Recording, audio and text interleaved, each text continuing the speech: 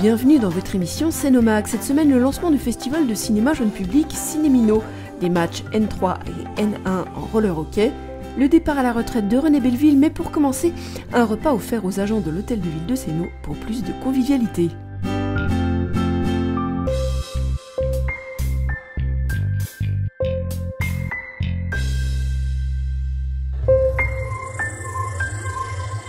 Repas de convivialité.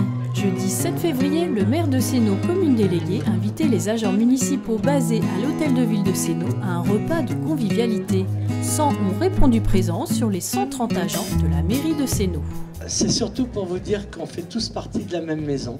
C'est la nouvelle commune d'Annecy et c'est notre établissement. C'est là où vous travaillez et où vous passez une belle partie de votre vie. Puis c'est important pour nous tous de nous rencontrer, de nous voir. Depuis la fusion, les services ont été déplacés entre les 6 hôtels de ville de la commune déléguée.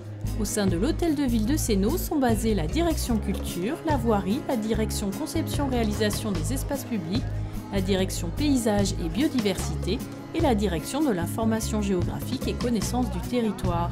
Sans oublier la direction de proximité de Sénaux, l'état civil, les coordinateurs, la police municipale, la médiathèque, l'UNSA, l'auditorium et les élus. Tous travaillent dans le même bâtiment mais ne se rencontrent pas forcément. Je venais historiquement de Crangevrier où je faisais tout autre chose. J'ai découvert donc mes nouvelles missions, de nouveaux collègues, une nouvelle mairie.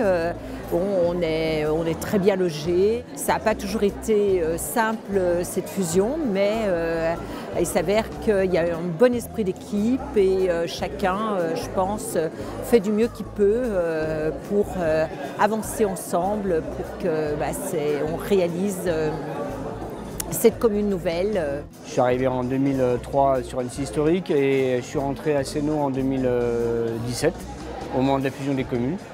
Et bien écoutez, ça s'est bien passé. On a été à la fois bien accueillis au départ et c'est toujours le cas aujourd'hui. Alors on est arrivé le 1er juillet 2017.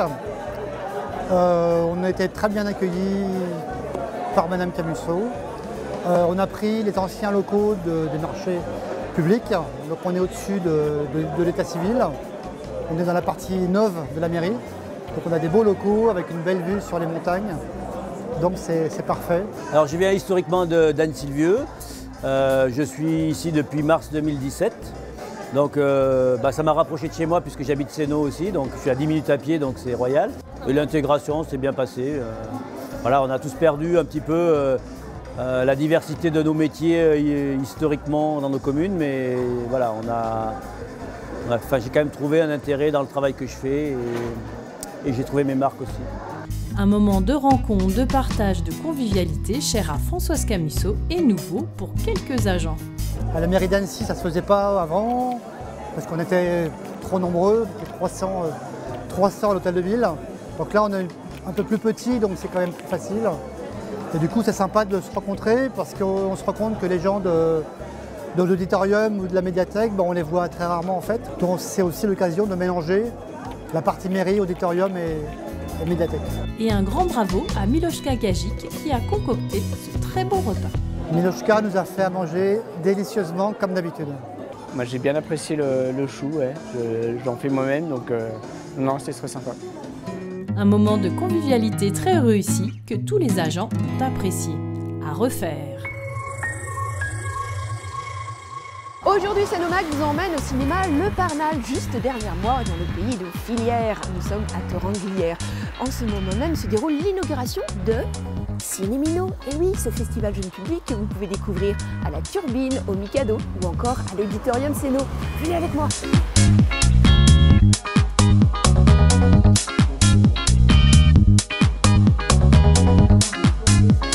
Bienvenue au Cinéma Le Parnal pour donc cette inauguration de Cinémino. Cinémino, c'est 6 semaines, il y a 32 films. Et nous, ce qui nous motive, c'est vraiment le choix des films, c'est-à-dire de proposer au public vraiment des films de qualité pour tous les âges. Et puis surtout travailler sur la diversité des films. Donc, il y a des grosses productions, il y a des tout petits films dont personne n'a entendu parler jusqu'à présent. Et nous, on est là aussi pour défendre ce cinéma. Mais on aime aussi les grosses productions comme Minuscule par exemple ou comme Ralph 2.0 parce qu'elles permettent aussi d'attirer un large public et qui vient dans nos salles à un tout petit tarif à 4,50 €. Des tarifs défiant toute concurrence mais également de nombreux invités à rencontrer lors des séances. Donc nous avons la chance de recevoir Denis Do pour son premier long métrage Funan qui avait reçu le cristal du long métrage à Annecy. Donc on est vraiment très heureux, très fiers de recevoir Denis. Et puis Célia Rivière sur La cabane aux oiseaux, Anaïs Sorrentino sur Les ritournelles de la chouette. Et puis cette année c'est un peu particulier, nous avons 2 passionnés de cinéma. Donc ce ne sont pas des personnes qui ont travaillé sur les films. Au moment de leur réalisation, ce sont des passionnés, un peu historiens, un peu critiques, qui vont intervenir sur Parvana, sur Cagliostro, le château de Cagliostro, et sur Reharryhausen. Voilà, donc ça c'est une nouveauté à Cinémino et je pense que ça vous vaudra vraiment le coup de venir voir un peu comment ça peut se passer, ces espèces de petites leçons de cinéma. Voilà. De nombreuses animations tout au long du festival Cinémino. Contes, crêpes, ciné-goûter, séances 3D, mais également tombola. Toutes les matinées, comme chaque année à l'auditorium. Puis plein de cadeaux, plein de surprises, plein de nouveautés. Tous les horaires, les films, les animations, les renseignements sur www.cinemino.org. Un week-end mouvementé du côté du roller hockey. Samedi 9 et dimanche 10 février, le Cénoril recevait au gymnase Max Descartes des équipes de Thonon, Vierzon, Valence et Vorep. Une grosse organisation pour ce club de 160 adhérents. Et c'est l'équipe N3 qui a attaqué face à Thonon. On a eu le droit tout à l'heure à un match de catégorie nationale 3 masculine, pendant lequel notre équipe s'est inclinée 7 buts à 6. Et actuellement, on a un match de nationale 1 contre l'équipe de Vierzon. Et Vierzon est une équipe très forte, ça va être très difficile. Ça va être très difficile. Mais l'équipe N1 de Sénon n'a rien lâché puisqu'ils ont mené les 3/4 du match avant de s'incliner en prolongation 6-5. Le RIL Sénon est fier également de son équipe féminine qui joue en National 1. On a une féminine en National 1 qui est en tête de son championnat pour le moment. C'est une équipe qu'on a créée cette année en récupérant la National 1 de Lyon de l'année dernière qui sont championnes de France en titre. Et on a aussi une équipe de National 4 qui joue demain ici à domicile. On a une équipe régionale et puis on a 2 équipes jeunesse, minimes et poussins. Le dimanche, la National 4 a fait match nul 6-6 face à Valence et une défaite 3-1 contre Vorep. Les minimes sont revenus de Lyon avec une victoire 6-1 face à Valence et un match nul 4-4 face à Grenoble. Le week-end prochain, l'équipe de N1 effectuera son dernier déplacement de la saison à Tours. Le prochain match à domicile aura lieu le 9 mars où ils recevront Toulouse. Venez les encourager. Depuis l'année 1976, René Belleville travaillait à la mairie déléguée de Sénon. Le 8 février dernier, dans une ambiance très conviviale, Madame le maire, Françoise Camusot ainsi que ses collègues lui ont souhaité un bon départ à la retraite. Ouais, ça fait chaud au cœur, tous ceux que je voulais voir autour de moi, les anciens du parc, surtout Sénon historique, ils sont tous là, donc on a une bonne soixantaine entre les élus, ça me fait énormément plaisir qu'ils soient là. J'ai quand même usé 4 maires, donc le 4e est là. En fait, on est là parce que ce cher René a décidé de faire valoir, comme on dit, ses droits à la retraite. Et apparemment, il était même content de partir, donc ça m'énerve un peu. Et regardez comme il est content de revenir. Pour nous, c'est encore une démonstration de ce que tu as été pour nous, un agent formidable qu'on regrette. Bravo.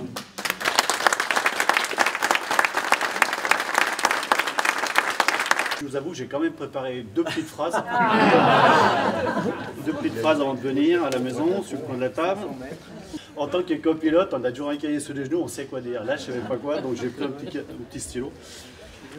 Donc il y a quand même quelque chose qui me chagrine, c'est qu'il y a autant de monde qui soit content de me voir partir en retraite. Donc j'en déduis que c'était pas si aisé de travailler avec moi. Alors comme la vengeance est un plat qui se mange froid, et que je deviens rentier, je vous demanderai de bien travailler tous pour me verser donc mon petit obol tous les mois. Et donc pour fêter ça, nous allons trinquer au verre de l'amitié. Je suis rentré à la mairie de Sénot début juillet 1976. Alors, les premiers métiers, donc, c'était dans le bâtiment, plomberie, serrurerie. Et après, je faisais un petit peu tous les petits métiers du bâtiment, tous les corps d'État. Et ensuite, Madame Camusso m'a demandé de monter le service des fêches. J'ai eu la chance de grandir en même temps que Champfleury, donc en même temps que la commune. Donc j'ai pu évoluer dans tous les postes que j'ai occupés, que des beaux souvenirs. René est très actif au niveau associatif, mais également au niveau des loisirs, puisqu'il est copilote de rallye depuis 1978. Course automobile, donc je continue, ouais, les rallyes, tout ce qui est rallye, donc je suis copilote. Et donc, ouais, j'en fais en minimum 12 par an, quoi. Ça va jusqu'à 18 selon les pilotes qui m'appellent. Je fais aussi bien des rallyes de championnat du monde que les petits rallyes régionaux de la région. Hein. Mais autrement, tout ce qui est Tour de Corse, Monte Carlo, tout ça, c'est tous des rallyes que j'ai à mon actif. Et puis que ça dure le plus longtemps possible. René, nous te souhaitons une bonne et longue retraite. Et maintenant, votre agenda du 18 au 25 février. La Fédération française de Scrabble, le Comité régional Dauphiné-Savoie et l'Association des Scrabbleautins vous invitent le dimanche 17 février à 9h30 au tournoi régional de Scrabble à Cap-Péria. Inscrivez-vous auprès de Yvette Sautier au 04 50 69 14 69. Pour s'amuser en famille ou entre amis, venez mercredi 20 février de 13h30 à 18h30 à la médiathèque de Sénot découvrir de nombreux jeux. Vous en trouverez pour tous les âges, de quoi vous occuper tout un après-midi. L'auditorium de Sénot vous propose de visiter l'exposition Pachamama du 20 au 26 février. Venez découvrir les personnages et les décors du film, toute sa réalité historique, ainsi que la musique et les traditions des Andes. Du 21 février au 15 mars, le scénographe et sculpteur Denis Malbaud présentera ses œuvres à l'auditorium de Sénot lors de l'exposition Tenir et lâcher prise, sur le thème de la limite. Retrouvez les horaires sur le site de l'auditorium. Le Café Terra Natura vous propose une soirée dédiée à Jean Giono, le 22 février à 18h30. Jean-Paul Clairet sera là pour vous présenter l'œuvre de l'écrivain, ainsi que sa période panique. S'en suivra d'une lecture spectacle de prélude de Pan. Durant 1 heure à la médiathèque de Sénot, le samedi 23 février à 10h30, dans le cadre de Tout Petit Trilingue, Licia Fraisse et Gabriella liront histoire, comptines et chants en italien et en anglais pour les petits de 0 à 5 ans. Et n'oubliez pas que le festival Cinémino ne se terminera que le 10 mars. Tous les horaires sont sur www.cinemino.org. Sénomag est terminé, je vous souhaite une excellente semaine. Retrouvez-nous sur les réseaux sociaux, Facebook, YouTube ou encore Twitter.